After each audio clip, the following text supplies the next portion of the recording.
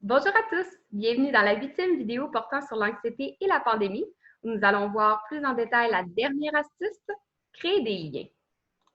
Créer des liens, c'est oser faire de nouvelles rencontres, c'est s'entourer de relations bienveillantes et aimées. Certaines études ont même démontré que créer des liens, ça a un effet bénéfique sur notre santé, que ce soit par l'amitié, l'affection, l'intimité ou l'amour.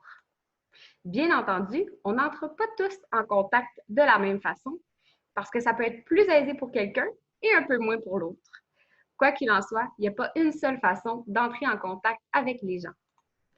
Créer des liens, c'est oser faire de nouvelles rencontres.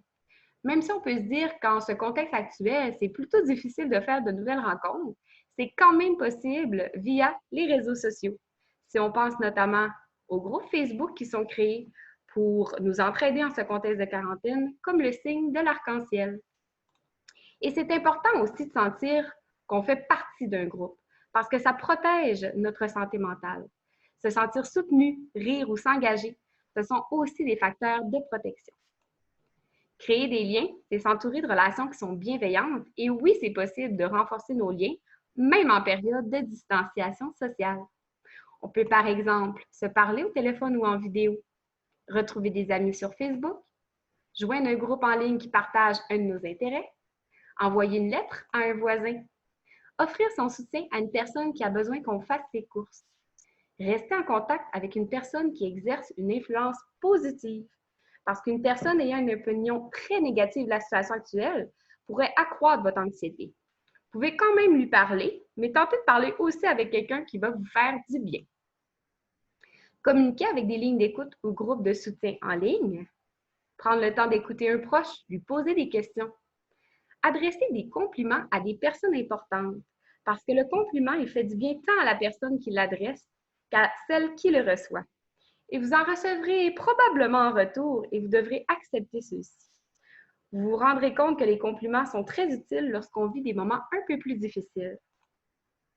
Faire des groupes chat ou demander à ses enfants comment faire, montrer à ses grands-parents comment utiliser FaceTime, Skype ou WhatsApp, et partager des blagues. Parce que le rire, l'humour, c'est une défense qui est naturelle et surtout contagieuse.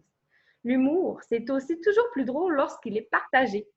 La chaleur humaine, les sourires, l'humour, le soutien, ce sont des choses qui se propagent très bien. Créer des liens, c'est aussi aimer. Et en entendant tous les commentaires que j'ai dit à l'instant, ça vous a peut-être fait penser à quelqu'un ou à plusieurs personnes. Alors, vous pourriez peut-être prendre un petit moment pour contacter ces personnes et leur en faire part de ce que vous pensez de tout cela. En cette période de pandémie, il est plus qu'essentiel de nous soutenir. Il faut comprendre que nous n'avons pas tous les mêmes réactions face à la pandémie. Il faut donc avoir de l'empathie et de la patience pour nos proches qui peuvent réagir différemment de nous.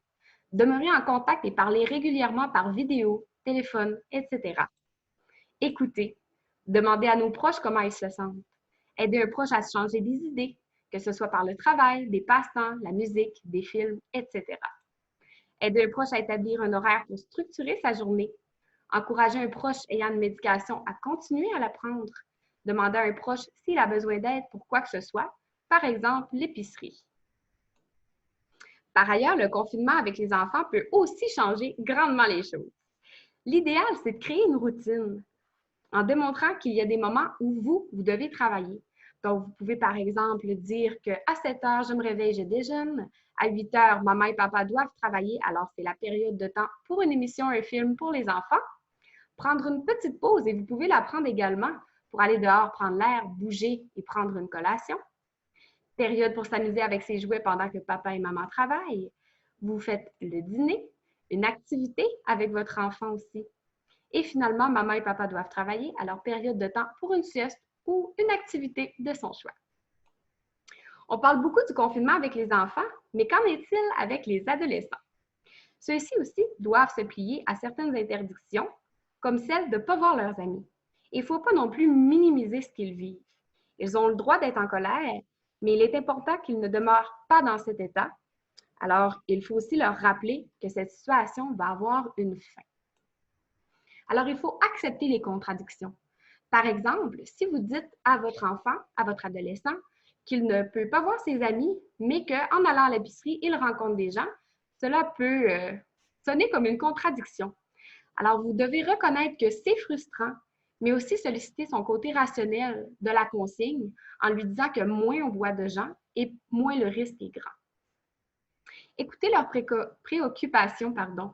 Par exemple, si le bal définissant est annulé, qu'une compétition sportive est annulée, l'examen de conduite, la remise de diplôme, un voyage scolaire, tout est perturbé. Ils ont un deuil à faire. Alors, il ne faut pas banaliser leurs émotions en disant « c'est juste un bal ». Il faut accueillir les émotions, être patient et ouvert et leur permettre de s'exprimer aussi. Donnez-leur de l'espace. Vous pouvez leur distribuer des tâches. Par exemple, vous pouvez leur dire de faire telle chose dans la maison et vous leur dites qu'il y a un moment qui est essentiel où vous vous retrouvez en famille et c'est le souper, par exemple. En faisant ça, vous continuez de voir votre adolescent, mais en même temps, vous lui donnez de l'espace. Responsabiliser le temps d'écran, même si ça peut être difficile, on peut leur dire que c'est important d'avoir des journées qui sont bien remplies d'activités. Donc, il faut rester actif physiquement, intellectuellement, au niveau communicationnel, se détendre et s'amuser. Se parler pour ne pas se piler sur les pieds. Donc, de parler avec l'adolescent, d'établir aussi des moments, par exemple pour être seul. S'il vous dit « j'aimerais écouter un film, écouter la télévision », donc lui laisser peut-être la place dans le salon. Ouvrir la discussion et s'adapter.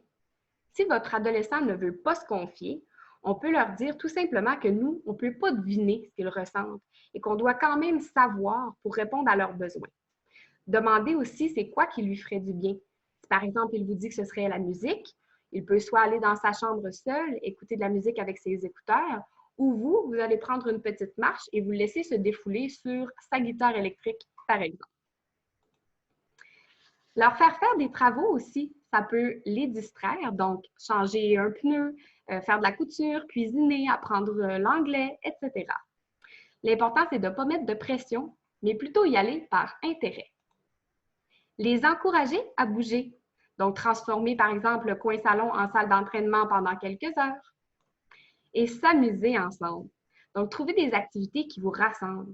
Est-ce que c'est un jeu de société, un casse-tête avec un petit sac de chips, un marathon de films que vous aimez, cuisiner ensemble, bref, demandez et vous allez savoir ce qu'ils veulent.